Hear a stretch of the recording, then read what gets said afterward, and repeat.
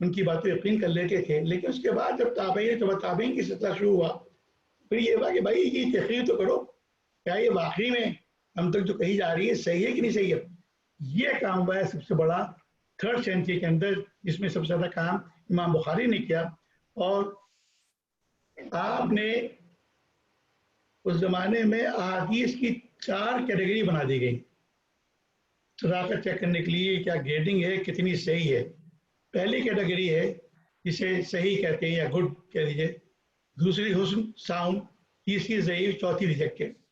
تو یہ کیٹیگری بنائی گئی کہ یہ کیٹیگری ہوں گی کہ آپ احادیث کی ٹائپ میں 2 ہو گئی, ایک ایکسیپٹیبل جس میں حسن اور صحیح ہے اور دوسرے میں ویک جس میں کہ ویک اور ریجیکٹڈ نہیں ہے.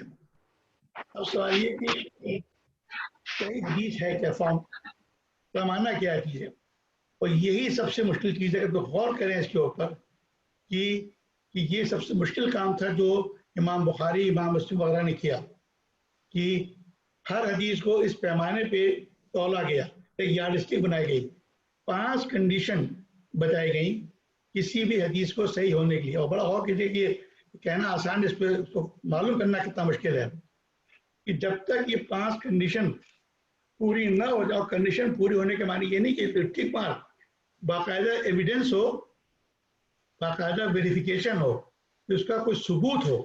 یہ نہیں کہ بس کہہ دیا, نہیں, اس کو ویریفائی کی گئی اور ثبوت لیا گیا. پہلی تو تھی کہ صاحب کہ جو کہنے والا راوی ہے وہ عادل ہو. اب یہ کسی کہنے سے نہیں, یہ عادل. اب اس کے باقاعدہ تحقیقات کی گئی, ان کی بتاؤں گا کیا ٹول استعمال کیے گئے, بتاتا ہوں. جو ٹول استعمال کیے گئے ان پہ کو جج کرنے کے لیے وہ تھے لوگوں کی بایوگرافی, ان کی حالات زندگی کے بارے میں تحقیق کی گئی, معلوم کیا گیا, لوگوں سے معلوم کیا گیا. انہوں نے جو بات کہی ہے اس کی تصدیق کی گئی, جو سورس ہے اس کے بارے میں تصدیق کی گئی, اور مختلف لوگوں سے اس کی شہادتیں لی گئی. مثلا میں آتا ہوں, جیسے پہلی شرط یہ ہے کہنے والا عادل ہو, بنیادی, اور عادل سے مراد ایماندار ہو, اخلاق اچھا ہو, مطلب خوف خدا اس کے اندر ہو. چیز یہ اس کی زندگی میں کوئی ایسا واقعہ نہ ہوا ہو جو ایمان سے مختلف ہو یا نیک و پائس نہ ہو. اس کو ڈھونڈنا اتنا آسان کام نہیں تھا. اس کے بعد راوی جو ہو ضابط ہو. ضابط سے مراد ہے کہ اس کا حافظہ صحیح ہو. یہ نہ ہو کہ عمر کے سین پہنچ گیا اور زمانے بعد کی جب اس کا حافظہ کمزور ہو گیا تھا, اور اس کا بھی لیکن ویریفیکیشن کس طرح, جو بات انہوں نے کہی ہے کیا اور لوگ اس کو ویریفائی کر رہے ہیں کہ نہیں کر رہے ہیں. یہی نہیں کہ اگر انہوں نے کہا کہ میں نے مسٹر اے نے کہا کہ میں نے مسٹر بی سے یہ حدیث سنی ہے, اور اے تھے مسجد مکہ میں جو بی تھے بصرہ میں, تو اگر اے بصرہ نہیں گئے ہیں تو وہ ان کا کہنا غلط ہوا کہ وہ ایسا نہیں ہوتی. تحقیق کی گئی کہ جو انہوں نے کہا کہ واقعی میں وہاں بصرہ گئے تھے, ان مقام پہ ان سے ملے بھی تھے نہیں ملے تھے, یا اس سال حیات بھی تھے نہیں تھے, تو اس پہ بڑی تحقیق کی گئی اور وہ ان کی بایوگرافی سے معلوم کی گئی. تو دوسری شرط یہ ہے کہ عادل ہو, ضابط ہو, صحیح خلق آدمی ہو, صحیح بھول چوک نہ ہو, اور سب سے اہم جو چیز بتائی گئی وہ متصل ہے, متواتر, کہ ملتی ہو حدیث کو لکھنے والے سے لے کے حضور تک کی چین اسٹیبلشڈ ہو, اور اسٹیبلشڈ ہو وتھ ویریفیکیشن, خالی کہہ دینے سے نہیں بلکہ اور لوگ بھی ویریفائی کریں, ہاں ایسا ہوا تھا, ہم نے دیکھا تھا, یا ہم نے سنا تھا, یا یہ حدیث ایسی ہے. تو متصل جو ہے, متواتر جو ہے یہ ہو. چوتھی چیز جو ہے اس میں کسی قسم کی کوئی فلو نہ ہو, ایمبیگیوٹی نہیں ہو. یہ نہ ہو کہ اسی بات کو ایک دوسرا نریٹر کہہ رہا ہے کچھ اس کے معنی کچھ اور ہیں, تو فری اب علت ہے. اور چوتھی جو ہے وہ ہے کہ نہیں سر علت میں کوئی کمی نہ ہو. اور چوتھی جو ہے شاذ ہے, یعنی ریگولر نہ ہو کہ ایک دوسرے کو کانٹریکٹ کر رہی ہے. مطلب ایک صاحب نے وہی بات کہی ہے, اس کے مفہوم مختلف ہے, یا ڈفرینٹ الفاظ میں کہی ہے.